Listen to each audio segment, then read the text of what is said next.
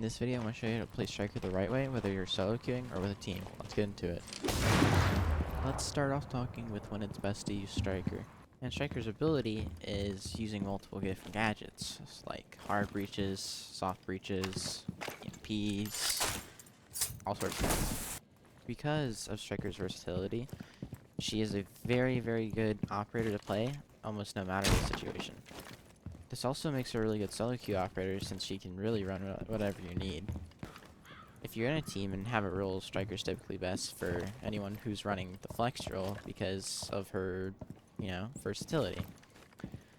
Striker is often not utilized correctly in ranked because people use it for, I guess, selfish reasons.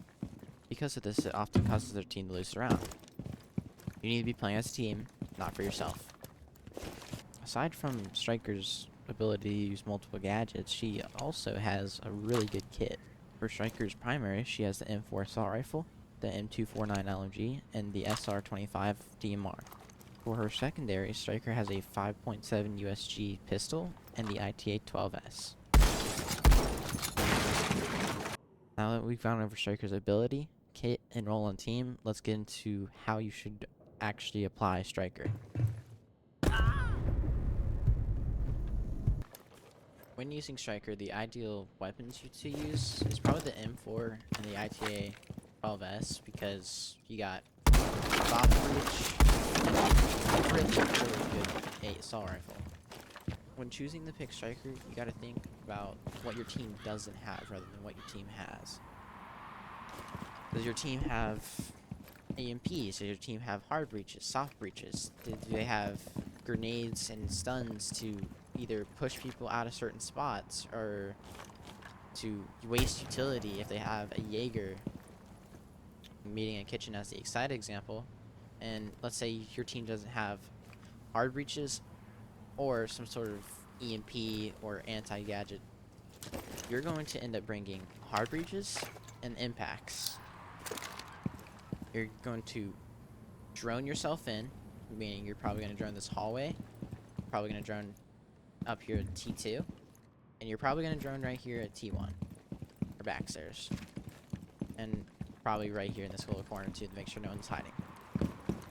Once you got everything clear, you're going to use that and hard breach it. I'm also just trying to pretend that aside from me missing this hard breach 3 different times point blank, because that's embarrassing, I'm just wanting to state that for the example, this would be reinforced with a bandit on each side. Again. But now that you got this open, you could either A, calm to your team, or B, you could, I guess, drone it out and then hop in from yourself and wait for a pick, or swing for a pick, or make your team space. Your job is just to fill in what your team doesn't have. So if you realize your teammates are playing, I guess, kind of baity, then yeah, you gotta take some space. But if your team's already taking space, then you should probably just hold an angle, some sort of cut, just making sure that you can get those, I guess, running picks. In another case, typically for the basement site, this wall is reinforced and there's head holes right here. And then the wall beside it's typically reinforced and so is the hatch. And my main point here is that there is a warden with a shield right here ready for you to like run in. For this setup, it's probably best to bring grenades and smokes. Yes, I know there's a warden, but we're not smoking off the warden. What we're going to do is smoke off right here, and we're going to smoke off right here, and then we're going to throw a grenade right here to get that deployable down. And from that point, it's up to you whether you just sit outside, bait, wait for your teammates to run downstairs or freezer, or for you to run in and swing either the head holes, the door, or where the warden would have been. To make this better, let's say there's a Wamai or a Jaeger. It's probably best to keep those grenades and probably bring flashes or smokes. If it's a Wamai, you should bring smokes. If it's a Jaeger, you might as well just go ahead and throw some flashes. It doesn't really matter at that point. But you're going to flash or smoke right here so the Jaeger or the Wamai gets it. And if it's a Wamai, and it gets smoked off after that, you're gonna have enough room to move over to here and then throw the grenade, and they can't really see you. But if it's a Jaeger and everything just gets popped, you can throw your grenades now, break the shield, and then from there you wasted their utility, but you also wasted your utility, or you used your utility.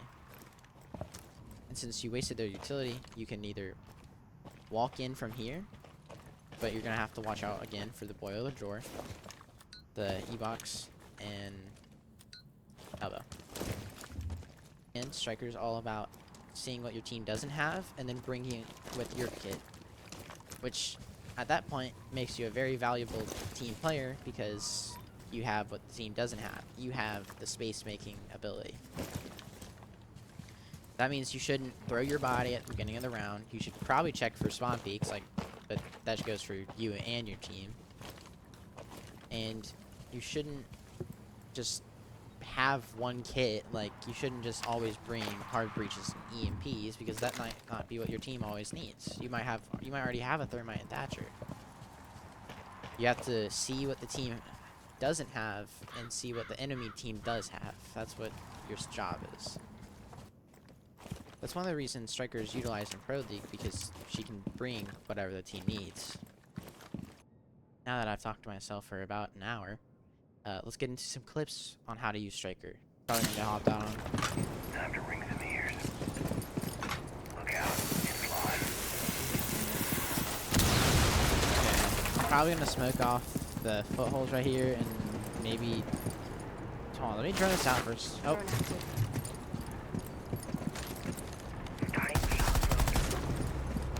Golly. Oh, my drone fell? Yeah.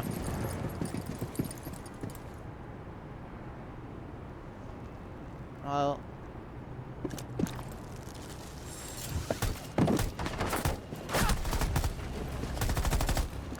Run out on right here and die.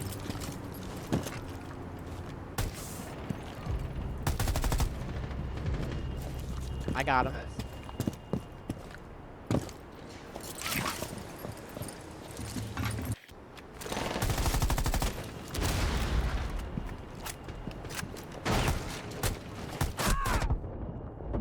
Back away, back away, back away, back away!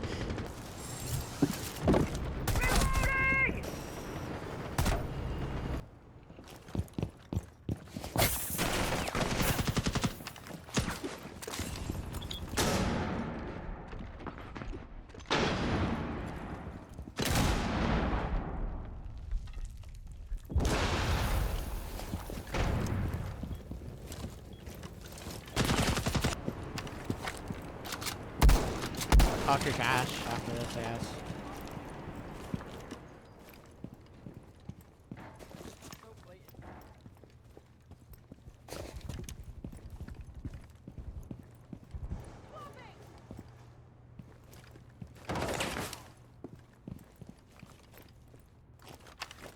Deploying a drone.